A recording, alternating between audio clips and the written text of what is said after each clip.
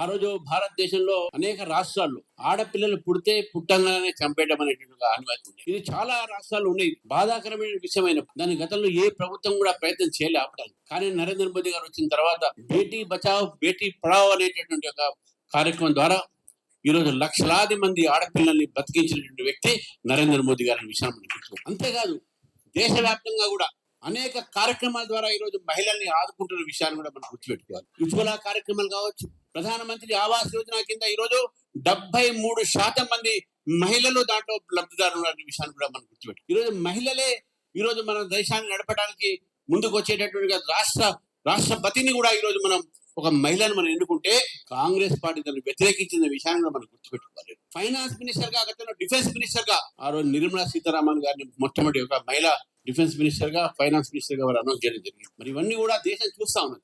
33% రిజర్వేషన్లు అనేక సార్లు కాంగ్రెస్ పార్టీ చెప్పింది, యూపీఏ ప్రభుత్వం చెప్పింది. కానీ పార్లమెంట్ లో రాగానే వాళ్ళ నాటకాలతోని ఆ 33% ఎప్పుడు కూడా వాళ్ళు అమలు పరచలేకపోయారు. కానీ ఒక స్పెషల్ సెషన్ పిలిచి నరేంద్ర మోదీ గారు ఒకే రోజులో అన్ని రాజకీయ పార్టీలకు ఈ 33% రిజర్వేషన్ సపోర్ట్ చేసేటట్టు కొత్త పార్లమెంట్ భవనంలో మొట్టమొదటి బిల్లు 33% రిజర్వేషన్ మహిళలకు చట్టసభల్లో అనే విషయాన్ని కూడా వారు మన ముందు పెట్టడం జరిగింది. కాబట్టి మహిళలకు సంబంధించినటువంటి అనేక కార్యక్రమాలు, అది లాడ్లీ లక్ష్మి యోజన కావచ్చు, మధ్యప్రదేశ్ లో మొన్న మొదలుపెట్టిన బీహార్ లో కావచ్చు, మధ్యప్రదేశ్ లో కావచ్చు, మహారాష్ట్రలో కావచ్చు, మహిళలకు అసలైనటువంటి కార్యక్రమాలు నేరుగా వారికి అందేటటువంటి కార్యక్రమాలు ఈరోజు కేవలం భారతీయ జనతా పార్టీ పాలిత రాష్ట్రాల్లో నడుస్తా ఉన్నాయి. కానీ మన రాష్ట్రంలో ఎక్కడైనా మహిళలకు సరైన పెన్షన్లు వస్తున్నాయని చెప్పి నేను రేవంత్ రెడ్డి గారిని అడుగుతా ఉన్నాను.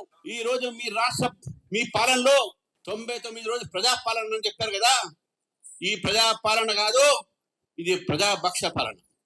మీ యొక్క రాష్ట్రం మీరు వచ్చిన తర్వాతనే భారతదేశంలో ఒక పెద్ద రాష్ట్రంగా రెండో స్థానంలో ఉన్నటువంటి ఒక హైయెస్ట్ క్రైమ్ అగేన్స్ట్ ఉమెన్ జరుగుతున్నట్టే అది తెలంగాణ. అది మీ ప్రజాపాలన నేను అడుగుతా ఉన్నాను. ఈరోజు highest in south India Telangana, highest rapes in Telangana. 3000 rape సంగతులు ఉన్నాయి. చిన్నపిల్లల అత్యాచారాలు ఉన్నాయి, డొమెస్టిక్ వైలెన్స్ ఉన్నది. ఇది మీరు వచ్చిన తర్వాత 7.3% crime against women has increase in Telangana. ఇది రేవంత్ రెడ్డి గారి ప్రజాపాలన. 99 రోజులు రేవంత్ రెడ్డి గారికి నేను చెప్తా ఉన్నాను, ఈ రోజు నుంచి మీ యొక్క పరిపాలన పూర్తయ్యేది 999 రోజులు. From now count down from today 999 days left for your government and ఈ మహిళల ద్వారానే మీరు ఈరోజు ఓడించబడతారు. ఈ రాష్ట్రంలో మహిళలకు రక్షణ లేదు. ఈ రాష్ట్రంలో మహిళల పైన మీరు బస్సు ఫ్రీ రైడ్ పెట్టారు, కానీ బస్సు ఛార్జీలు ఫ్రీ సరిపోతుందా? మహిళలకు రక్షణ ఎక్కడ అడుగుతున్నాను. గత ప్రభుత్వంలో మహిళా క్యాబినెట్ పెట్టలేరు, తర్వాత పెట్టారు, అందరూ గొడవ చేస్తే. ఈ ప్రభుత్వము మహిళలకు రక్షణ కలబట్టారు. సి టీంలు ఏమైనాయి, భరోసా టీంలు ఏమైనాయి, మాట్లాడితే ప్రజాపాలన అంటారు. ఇది నీ ప్రజాపాలన, మహిళలకు రక్షణ లేనటువంటి ప్రజాపాలన మీది. కాబట్టి రేవంత్ రెడ్డి గారు గుర్తుపెట్టుకోవాలి, మహిళా దినోత్సవ సందర్భంగా రేపు 8వ తారీఖు జరగబోతా ఉన్నది. కనీసం ఈ ప్రజాపాలన పేరు మీద నేను మహిళలకు, ఈ రాష్ట్రంలో మహిళా బీద వాళ్లకు సరైన సమయంలో పెన్షన్ ఇస్తాను, 2005 రూపాయల మీద వాగ్దానం చేసినావో అది ఇస్తావా లేదని చెప్పి అడుగుతా ఉన్నాను. ఏ మహిళలైతే పూరి గుడిసెలో ఉంటున్నటువంటి మహిళలు నిర్దాక్షిగా గడ్డపార తీసుకొని వాళ్ళ ఇల్లు కూలగొట్టిన ఖమ్మంలో వాళ్ళకు నువ్వు క్షమాపణ చెప్తావా, వాళ్ళకి ఇల్లు కట్టిస్తావా అని చెప్పి అడుగుతా ఉన్నాను. నీ రాష్ట్రంలో మహిళలకు అన్యాయం జరుగుతా ఉంది, నీ పరిపాలన మహిళలకు అన్యాయం జరుగుతా ఉన్నది. కానీ భారతీయ జనతా పార్టీ పాలిత రాష్ట్రాల్లో ఈరోజు మహిళలు సురక్షితంగా ఉన్నారు. వారికి ఈరోజు అనేక రకాల పథకాలు వారికి నేరుగా చేరుతా ఉన్నాయి. లబ్ధిదారులు భారతీయ జనతా పార్టీ పరిపాలన రాష్ట్రాల్లో వారికి ఎక్కువగా పెరుగుతా ఉన్నారు. కాబట్టి ఈ రోజు రేవంత్ రెడ్డి గారు గుర్తుపెట్టుకోవాలి, మీ ప్రజాపాలన అంతమవుతుంది. 999 రోజులు ఆగంటే your days are coming to end. ఈ యొక్క రాష్ట్రానికి కాంగ్రెస్ ప్రభుత్వం అంతమయ్యేది 999 రోజుల తర్వాత. Bharatiya Janata Party giving a call to the people of Telangana.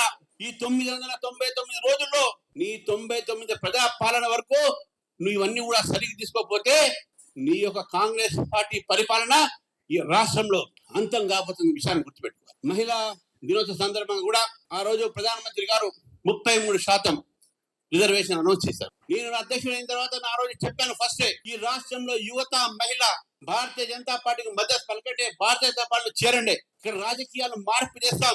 మహిళలు, యువ మహిళలు, యువకులు, మహిళలందరూ కూడా కలిసి రాజకీయాల్లో రండి. ముఖ్యంగా చదువుకున్నటువంటి మహిళలు రావాలి. ఎందుకంటే రేపు 33% అయితే రిజర్వేషన్స్ ఉన్నాయో చదువుకున్న వారికి, యంగ్స్టర్స్ కు భారతీయ జనతా పార్టీ తప్పకుండా వాళ్ళకి అవకాశం ఇస్తుంది. 33% మహిళలకు మగ అవకాశం ఇచ్చి ఈ యొక్క భారతీయ జనతా పార్టీ తీసుకొచ్చినటువంటి బిల్లుకు మహిళలందరూ కూడా సపోర్ట్ చేయాలని చెప్పేసి కూడా ఆ ఒక ఏదైతే రిజర్వేషన్ ఇచ్చారో కనీసం దాని వల్ల నరేంద్ర మోదీ గారిని మనం బలపరచాల్సిన అవసరం ఉంది. కాబట్టి రానున్న రోజుల్లో ఈ రాష్ట్రంలో మహిళా శక్తి ఈ యొక్క ఎలక్షన్స్ ద్వారానే మనం చూపెట్టుకోగలుగుతామని చెప్పి విషయాన్ని గుర్తుపెట్టుకోవాలి. అనేక ఉద్యమం చెప్పిందో శిల్పారెడ్డి గారు చెప్పారు, అనేక ఉద్యమాలు చేశారని చెప్పేసి. ఎస్, ఒక హిందీ చదువుకున్న రోజులు ఏబీపీలో ఒక స్లోగన్ ఉంటుండే, తెలంగాణ में भी भारतीय जनता पार्टी महिला मोर्चा ये कोई फूल नहीं है, ये चिंगारी है जो शोला बनकर कांग्रेस पार्टी को हटाने वाली है. అందుకే మిత్రులారా, ఈరోజు మీ అందరూ కూడా మరొకసారి మహిళా దినోత్సవ సందర్భంగా 8వ తారీఖు అడ్వాన్స్ గానే మీ అందరూ కూడా శుభాకాంక్షలు తెలియజేస్తూ ఈ అవకాశం ఇచ్చినటువంటి శిల్పారెడ్డి గారికి ప్రత్యేక ధన్యవాదాలు. ముగిస భారత్ మాతా కీ జై.